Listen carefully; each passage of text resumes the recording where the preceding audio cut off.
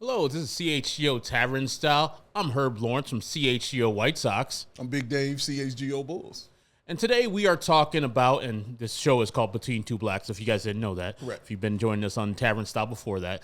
But today we're talking about that AllStar game that happened last night. Yeah. Oh, my God. Yeah. Major League Baseball needs to do something with their AllStar game because for the most part, no one wants to go to that host city. The home run derby is anticlimactic right now, and the actual All-Star game is just about, hey, can we get out of this game without being injured? That's all they're worrying about.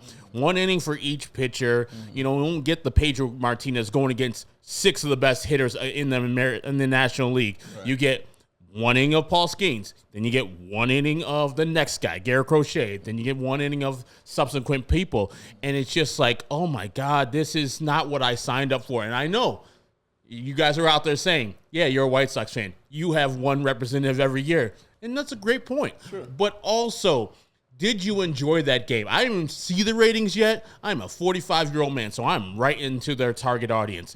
And it was so boring. As soon as Garrett Crochet got out of the game, I was ghost myself. Big Dave, you're not necessarily a Major League Baseball fan, but what'd you think about the All-Star game? Firstly, did you even watch it? I did not. One, I was on a plane, but even if I wasn't on the plane, I would not have watched it. I would have tuned in, like you said, for Crochet to see that, and then I probably would have tuned out or looked around a little bit. It's kind of like shopping in a mall. Yeah. You know, you just go in, you look in some stores, and you're like, all right, I don't want to go home.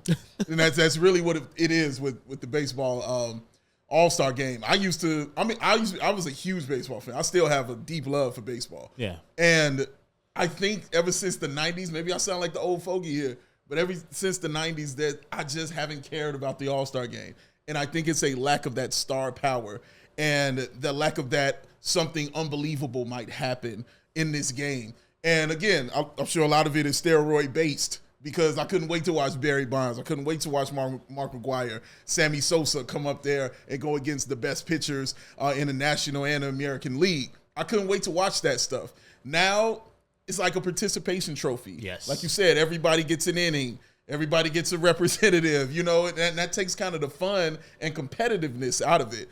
There has to be some kind of competition about it. Because like you said, people just aren't caring. And if the players don't care, then the fans definitely won't. And you know when the time where I kind of agreed with the player that he didn't care, it was in the 90s. Frank Thomas hit a home run. I think it was in Texas at the time at the old Texas Stadium. Okay. And he got ghost before that game was over. He might have won the MVP. I don't know what happened in the rest of the game, but he hit a home run in the game. And he's like, after his at-bats, he's like, I'm done. I'm going on vacation. I have very few days of actually being away from baseball, so I'm leaving this game as soon as I can, and left. And so to me, I was like, if that player doesn't care, who might get a trophy at the end of the game, why should I care if I'm watching this game? And another thing about the MLB All-Star game, you look at other All-Star games, like the Pro Bowl is garbage, but they're trying to do other things with the Pro Bowl, and it's at the end of the season where none of those players are playing ever, well, not until the season after. Right, correct. You know, they tried to do things, and then Robert Edwards got hurt in the sand, and it was messed up. So they've revamped the Pro Bowl, but it's not great. Yeah. The NHL All-Star Game, way too many goals. No one cares either. It's just like the goalies are there just to be in front of the net and get scored on. That's right. Now, the NBA is a different animal. The whole weekend is an event, and I think it culminated into the crescendo that basketball was at the 2020 All-Star Game right down the street from where we're at right now at the United Center, where the whole weekend was extraordinary. Amazing. Of course, they were celebrating everything about basketball. It had just come on the heels of the death of Kobe Bryant and his daughter. And so it was a little emotional there. You had the common introductions. Amazing. Like, it was just an event that everybody was, hey, man, this is the shit. And the Elam rule started that year where the competitiveness at the end of the game was just, yes. These are the best athletes in the world that don't want to lose. They want to have that championship of the All-Star Game. Baseball, as you were saying, needs to do something like that. If the players don't want to compete in these actual exhibition games, make something of the game. Make a different game. Just make I think they do the home run derby on Monday, but they should do something else other than an exhibition game, because baseball when it's played at a competitive level, already is kind of boring to most of the people. Sure. And if the guys are not even competitive about the game, then it's just turn off the TV. And people like myself who are 45 are at the bottom end of their main audience. Yeah. And you think people below me are not going to be watching. Watch 20 years from now when those people are my age, and then baseball's All-Star Game is just a nothing thing. And that's why I think Rob Manfred needs to get into the lab and talk to these youngsters and say, hey, what would you want? What do you want out of this All-Star weekend? Because I'm sure the ratings are down from what they were last year. Yeah. I tuned out immediately, and as you said, they do that same dumb thing where they have to have an All-Star representative for each team. Yeah. Who cares if there's an Oakland A there? Who cares if there's a Colorado Rocky there? Yeah, those players, I mean, those teams in those cities are going to tune in, but I would be more inclined if I'm a Chicago fan and if one of the White Sox didn't actually make it, like Garrett Crochet earned the right to be there. Yeah. Now, if there wasn't a White Sox player there, but I get to see Shohei Ohtani go for 3 or 4 at-bats, I'm going to look at it. I'm going to go to the game, and I'm going to watch the game. I just think that it was just so underwhelming, underperforming. Yeah. I even had to look up who won the MVP last night. It was Jarren Duran.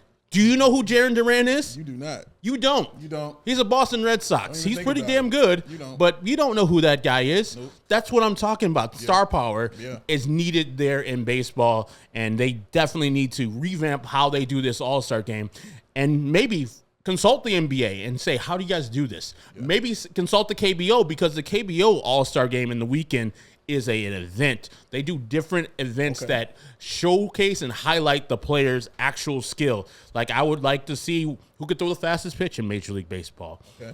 Who can hit the hardest ball in Major League Baseball. It doesn't have to be a home run contest. Who can have the most accuracy on throwing balls into the outfield. All these things showcase the player's skill. Who's the fastest runner in baseball?